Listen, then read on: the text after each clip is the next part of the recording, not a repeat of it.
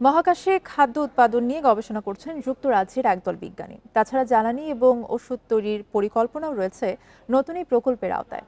জৈব চুল্লি ব্যবহার করে সব পরীক্ষা চালানো হবে। গবেষকরা বলছেন প্রকল্পটি সফল হলে প্রচুর অর্থ সাশ্রয় হবে, যে অর্থ ব্যবহার করা যাবে নতুন গবেষণায়। মহাকাশে একজন নভোচারী দিনে আধা কিলো থেকে 1.5 কিলোগ্রাম খাবার খেয়ে থাকেন, আর সেখানে প্রতি 1 কিলোগ্রাম খাবার পাঠাতে খরচ হয় প্রায় $20,000। মহাকাশে ভ্রমণের ক্ষেত্রে সবচেয়ে বড় বাধা বহনকৃত বস্তুর ওজন।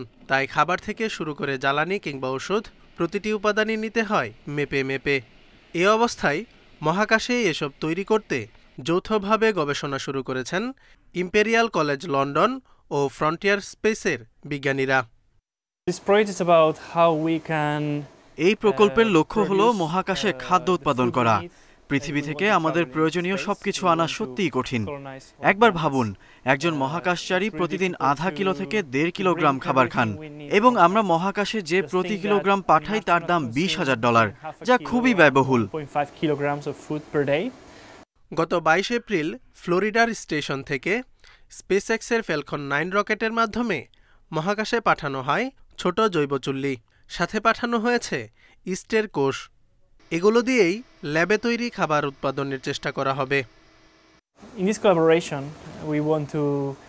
ব্যাকটেরিয়া ও ইস্টের মতো মাইক্রো অর্গানিজম দিয়ে পৃথিবীতে বিভিন্ন উপাদান তৈরি হচ্ছে। এর মাধ্যমে মহাকাশীয় খাবার, মানবদেহের জন্য প্রয়োজনীয় ভিটামিন, বায়োপ্লাস্টিক কিংবা ওষুধ তৈরি সম্ভব। সুতরাং ছোট কোষ দিয়েই মহাকাশেই সবকিছু তৈরি করা যাবে বলে আমি মনে করি।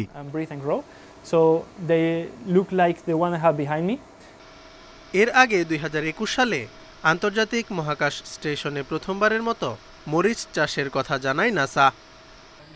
Zobayer Hossain, Independent news.